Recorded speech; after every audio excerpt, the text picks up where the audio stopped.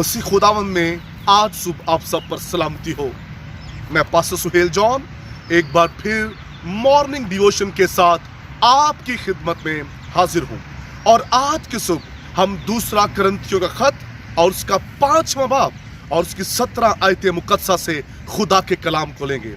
और आज सुबह का हमारा टॉपिक है यीशु को कबूल करने से तब्दीली।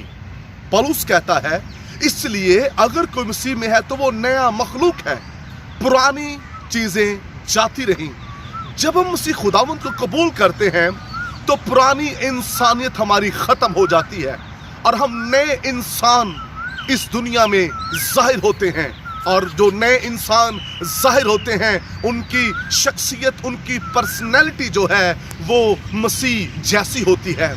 मेरे अजीजों, हमारे पास चाहे रूहानी जितना मर्जी तजर्बा क्यों ना हो, हम जितने मर्जी अच्छे कलाम सुनाने वाले क्यों ना हो, हमारे पास रूहानी नेमतें चाहे जितनी मर्जी बड़ी क्यों ना हो, अगर हमें खुदा के फजल का भी तजर्बा हो और अगर हमारी जिंदगी में तब्दीली नहीं, तो फिर याद रखिए इसका मतलब है हमने यीशु को उस तरह कबूल किया ही नहीं जिस तरह हमें कबूल करना चाहिए था।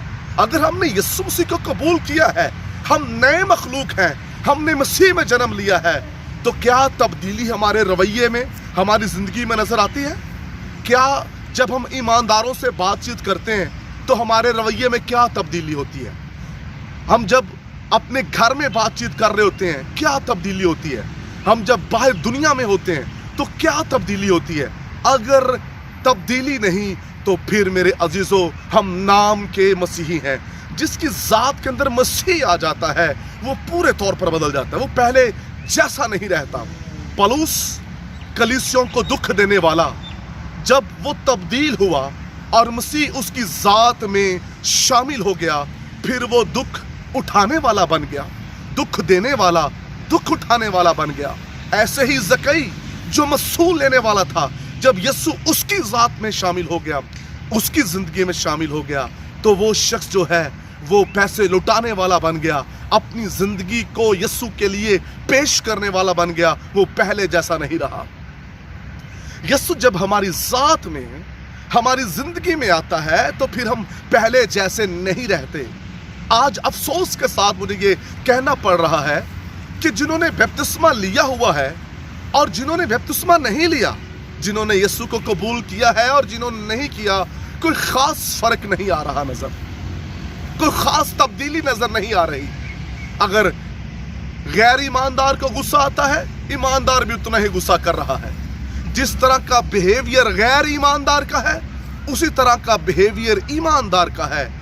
जब मसीह हमारी जात, हमारी रवैये, हमारी फितरत में शामिल हो जाएगा, जब हम नए मखलूक हो जाएंगे, फिर हम पहले जैसे नहीं रहेंगे। इसलिए रोमियो का मुसन्निफ कहता है, जो कोई मुआ वो गुनाह से बरी हुआ, वो पुरानी इंसानियत से बरी हुआ।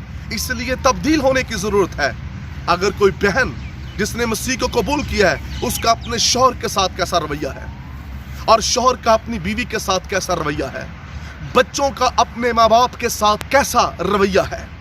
मेरे अजीजों, अगर हमने मसीह को कबूल किया है, मुआशरे में हमारा रवैया कैसा है, मसीही फील्ड में हमारा रवैया कैसा है, खिदमत में हमारा रवैया कैसा है, लोगों के घरों में जब हम जाते हैं, अपने रिश्तेदारों के पास जाते हैं, हमारा रवैया कैसा होता है? क्या लोग हमें देखकर कहते हैं कि आपने यीशु को कबूल किया है? क्या लोग हमारे किरदार, हमारे रवैये को देखकर कहते हैं कि हमारी जात में यीशु शामिल है? अगर हमारे जात, हमारे किरदार, हमारे रवैये में यीशु शामिल नहीं है तो मेरे अजीजों, हमने सिर्फ फॉर्मेलिटी पूरी की है।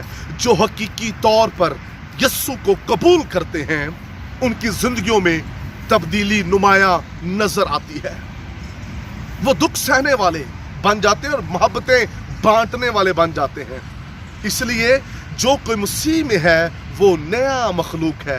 पुरानी चीजें जाती रहीं, पुराना रवैया, पुराना किरदार, पुरानी इंसानियत, पुराना मजाज, सब कुछ जाता रहा। नया मजाज, नया रवैया, नया किरदार, नई सोच हमारे अंदर शामिल हो गई है। अगर हम पहले मोहब्बत करने वाले नहीं थे, मसीह को कबूल करने के बाद हम मोहब्बत करने वाले बन जाएं। اگر ہم پہلے غصہ کرتے تھے تو مسیح کو قبول کرنے کے بعد ہماری ذات میں غصہ نہیں ہونا چاہیے۔ میرے عزیزو، آج صبح اپنے آپ پر غور کیجئے، کیا آپ واقعی نئی مخلوق ہیں؟ کیا آپ واقعی مسیحی ہیں؟